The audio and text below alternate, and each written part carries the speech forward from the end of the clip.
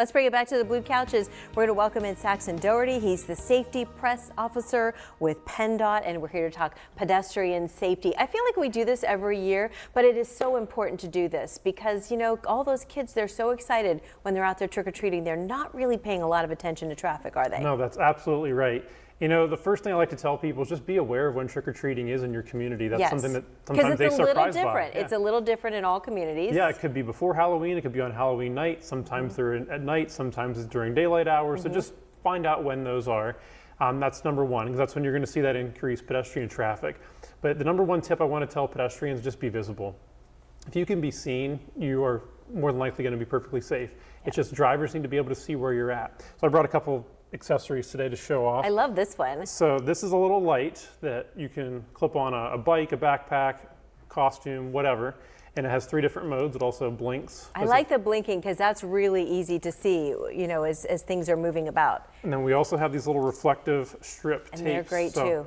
All you got to do is peel these off, slap them on a costume, slap them on a backpack. Where do you find these types of things? So you can find these online, like look them up on Amazon or some other places that you usually buy stuff like that. They're pretty inexpensive, and you can get them in bulk. And if you have a family of 5 or 6 kids, you can buy your whole family a set. That's right. When you go into schools and talk to kids, what are they most surprised to learn, like that they didn't think through before they head out for trick-or-treating for safety? And this isn't just for kids. This is everybody. Is that they can't assume that cars see them. So when they enter the crosswalk, it's not magic. Not all cars just automatically stop for them. So we want them to take that extra beat and stop, look both directions, and make eye contact with the driver before they attempt to cross the street. That's the biggest thing that people don't understand. Quite often in my community, well, Halloween's always at night, trick-or-treating, and quite often it's cold and rainy. And if you're in a car and on the streets where it's all happening, you know, the kids get excited, they're not paying attention, and they might not use a crosswalk. They're darting around. They see a house that they want to go to. So as somebody who's operating a motor vehicle, you really have to be on alert. Absolutely. So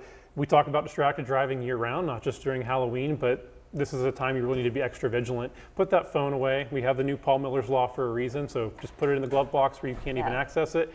Don't try to eat while you're driving. Set your GPS and your music before you leave. Have 100% of attention on the road in front of you so that you do have time to react if one of those kids does run out in front of you. Yeah. Do we as a state, do we have a pretty good record with being safe on Halloween?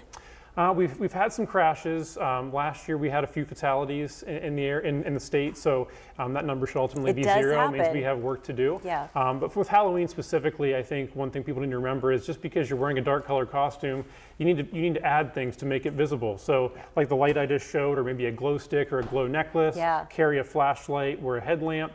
Anything like that can make you more visible to drivers is going to help you. And make sure that you're walking on the sidewalk where there is one. That's where pedestrians should be. But if there is not a sidewalk, then be on the correct side of the road, which is against traffic, where you can see drivers and drivers can see you. What about parents who are driving the kids from place to place to place? What do they need to be mindful of other than just really take it slow and watch?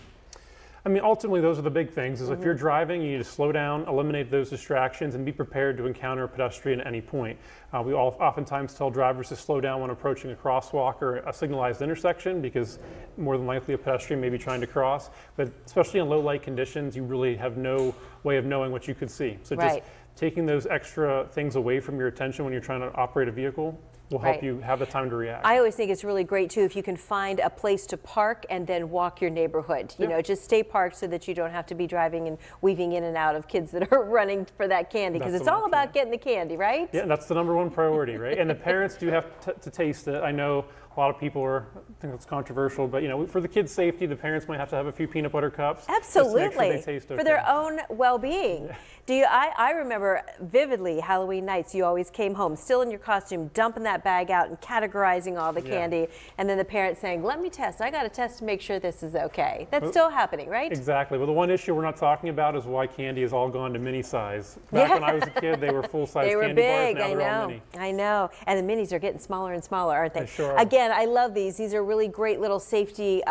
If you don't already have them, you probably can score some before Halloween, before your trick-or-treating takes place. But this is really great, especially with the blinking. That would really catch a motorist's eye. Saxon, it's always a pleasure to have you on the show. Happy Halloween. You too. Thanks for joining us. Thank you. Drive safely out there, right?